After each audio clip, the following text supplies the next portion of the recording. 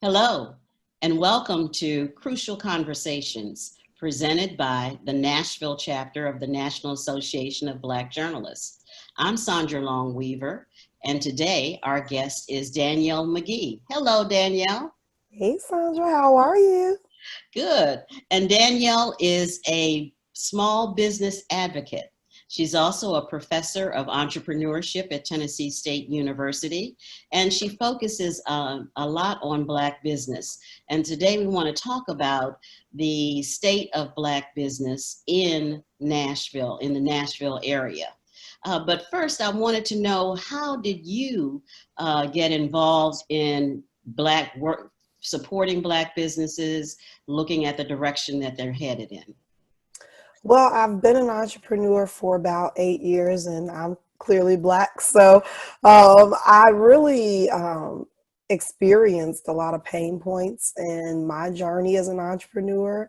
I have an MBA from St. Xavier University in Chicago. And after I graduated, I decided I wanted to go into business. And it was just a really tough journey, even though I had the schooling that I thought would prepare me to be a business owner. I was not ready. And I decided about 2 years ago, a little over 2 years ago, that I wanted to turn my pain into an opportunity to help other Black business owners not experience a lot of the things that I experienced. So Now, I so decided to jump on in and start helping out. okay, so when you say it was a tough journey, so what made it so tough? What were some of the bumps that you hit along the way to where you are now? One of the biggest things was just not knowing all that went into starting a business. So, not knowing all of the steps that you have to take to even get going. In Chicago, I think there's a lot of red tape and just a lot of things you have to get through that you may not experience in places like Nashville. Um, we had issues with signing a lease on a place and not being able to perform the type of services that we wanted to perform at that business. And then once we got through all of that, it was always a struggle. We were always on a limited budget, right? So we didn't have thousands and thousands of dollars to start this business. So we bootstrapped starting the business. And so marketing and having a marketing budget was never something that we really had. And I, so therefore there was a struggle to even get folks through the door once we got the doors open. So I learned a lot through that process and having to figure out how to navigate online marketing to be able to grow my business and keep it open for 5 years. oh, that's great. So now, and then here today, now you've started something called Booming University. So, Yes. yeah, so tell me a little bit about how that started. What is it exactly? Boomin University is doing all the things that we kind of just talked about in educating Black business owners. So right now we have our digital marketing intensive that's running in partnership with Nashville Business Incubation Center. And so we have 20 Black business owners in that program. We are walking them through everything digital marketing related, from creating a sales funnel to updating or launching your website to running Facebook ads, everything about marketing your business online. So this is kind of our pilot of Boomin University. We're already about to start class number two. So we'll have another 20 Black business owners going through that program starting again in October. So it's really exciting to be able to give back to the Black business community and do things that, we could do for them, but we want to enable these business owners to do these things themselves and to be able to, maximize the budget that they do have for their business. Okay. And so if you're interested in becoming a part of that next class, how do you do that? Absolutely. So you can email info@blackbusinessboom.com. And then you also can find me anywhere online, and on LinkedIn, on Facebook, on Instagram at Black Business Boom. Just get in touch with us or get in touch with Nashville Business Incubation Center. We'll be opening up applications within the next week or so. Okay. And Black owned Nashville. Now talk a little bit about that, because that's also one of the things that you're doing as well. Absolutely. So I launched Black Owned Nashville back in June, and it was in response to a lot of the cries for a directory of Black owned businesses in this area. And so I have a Facebook group, Black People Making Moves. We have about 23,000 members in the group. And I started to collect who our business owners were back in January or February with the intent on launching a directory for the group. And then I kind of got caught up in doing a million other things. But I had the data available. I had 400 or 500 businesses in the directory already. It was just kind of sitting in my computer. And so I decided back in June, when folks started to ask, where are all the Black owned businesses in Nashville? I want to support, but I don't know where they are. I decided to launch Black Owned Nashville. And so now the Black Owned Nashville app is live on the Apple and Google Play stores as well. And we have about a little over 1,000 Black owned businesses in the area.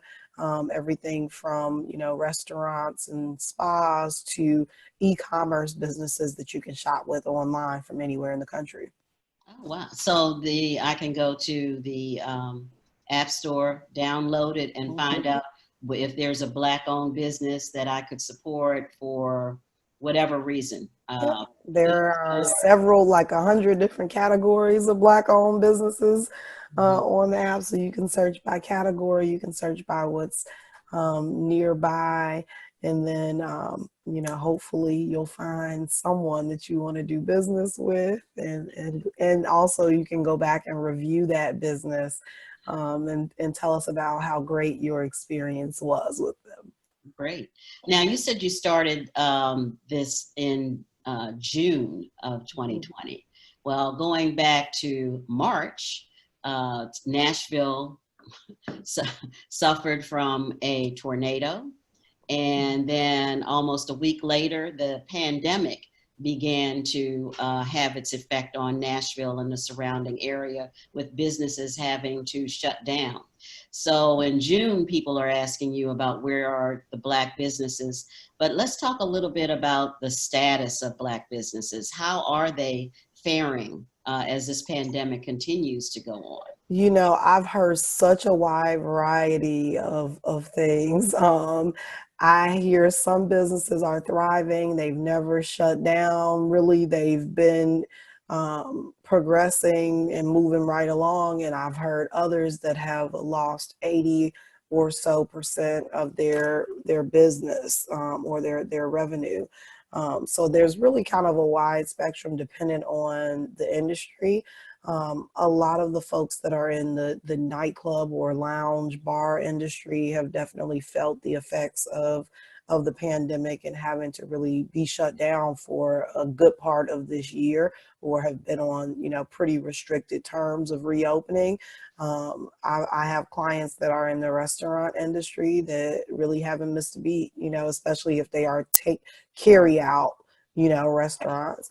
And so, but across the country, it's been reported that about 41% of Black owned businesses have closed their doors during this pandemic. So, And closed permanently? They're not expected to come back at all? Exactly. And they're projecting 50% of Black owned businesses will close their doors during the pandemic. So it really made me take a step back and rethink what I was providing for the community and how I could help businesses to avoid that. Again, there's a lot of gaps there's definitely a digital divide. And so we're on Zoom, right? Everything has transitioned to being online. And so many of our businesses were not equipped to make that transition and do what they had to do to keep people still coming through the doors are able to order online, or, all these things, and able to pivot in their business. So it's even made me rethink my business model and make some pretty drastic changes to it to it this year. So, and what kind of changes have you had to make? So when I launched Black Business Boom in 2018, we focused solely on being the Groupon for Black-owned businesses. We were offering coupons, and through that year and a half or so, I really discovered, and the pandemic just amplified, that businesses their online presence was not what it needed to be. And that's really what folks needed help with. So it wasn't just that they needed people through the doors. So a lot of times I'll talk to business owners, and they think the problem is just we're not getting support. People are not supporting us. They don't know about our business. But then you go to Google them, and you can't find them on Google. They don't have a website. They don't have reviews on any of these sites. And so the customer buying journey is very different in 2020, and has been for a few years now, where if you right now told me, hey, you should check out this restaurant, Mm-hmm. I'm gonna Google them. I'm gonna see how far they are from me, and Right. then I'm going to look at their reviews, and then I'm gonna go over to their social media and see how good the food looks, and then I'm gonna go and check out their website. Right. So most consumers are not just gonna say, okay, new restaurant, all right, I'm going. Right. And even if they do, they have to be able to pull up and figure out how to get there. And a lot of our businesses hadn't equipped themselves for that type of transaction. And so this year, we've rolled out a tool of a hub of digital tools to help Black businesses to do all of those things, to get their website up and optimized with SEO, to get found on Google, Yelp, and all the other listing sites that are important, to make sure that the data on those sites is correct, to ensure that you are soliciting your customers for testimonials and reviews, so that when I go and look you up on Google, there are tons of great reviews that make me want to go to your restaurant and really help have your customers become your brand champion, so that other people will come to your establishment. So those are some of the things. We rolled out our own website builder this year, and then that suite of tools. So a lot of things going on to really just help Black businesses to amplify their presence on social media. And then we're also rolling out our new social media packages in about 2 weeks. So I'm excited about Okay. that as well. Tell us a little bit about what you expect to roll out on social media. Absolutely. So we'll have 3 different packages to help with social media. One is a DIY, helping you to learn more about social media, giving you access to our social media scheduler. Mm-hmm. And every month you'll be included in a class and coaching to learn more about how to use social media. For those that don't have a lot of time, we'll have a done with you option, where every month we'll provide you with content, and you'll just have to go in and schedule it. So you'll also get access to our social media scheduler, and you'll go in and just schedule the content we give you. We'll also be given templates so that you can easily create your own content. And then for those that just don't want to do anything at all on their own, we'll be doing it for them. And we'll have, my goal is always to keep things affordable for our community. So really offer an option to get good social media content posted and for you, scheduled and posted for you at an affordable price. So those are the 3 packages we'll be rolling out on September the 28th. Oh, that sounds exciting. Yeah, And just last point. So you are a professor of entrepreneurship, and I'm wondering, what is a word of advice for students who are graduating with an undergraduate degree? Are you encouraging them to get the MBA right away, or what is your advice to them? No. Oh, Uh, so um, I waited only about 2 years or so, and then went and did my MBA after I did my undergrad. I did reap the benefits of having an MBA pretty quickly, because at the same time as I was launching my business, I was changing my career path and going into healthcare. And having that MBA did get me indoors that I wouldn't have gotten into without it.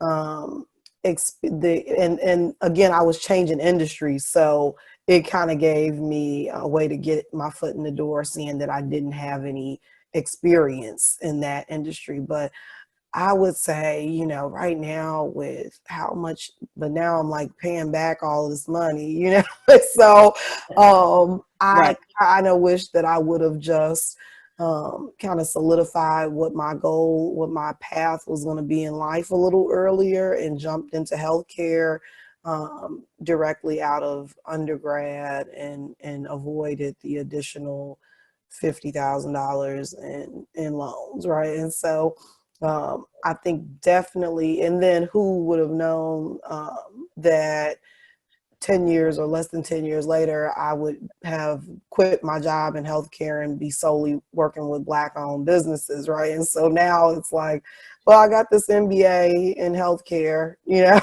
so do I really need it? And so I think taking some time to really figure out what your path is going to be. And then once you really think that it's what you want to do for the rest of your life, at least, then possibly going back to school. But I don't even know if I had kids, if I would tell them to go to school at all at this point, to be honest. So Oh, really? Well, that's for another discussion. yeah, exactly.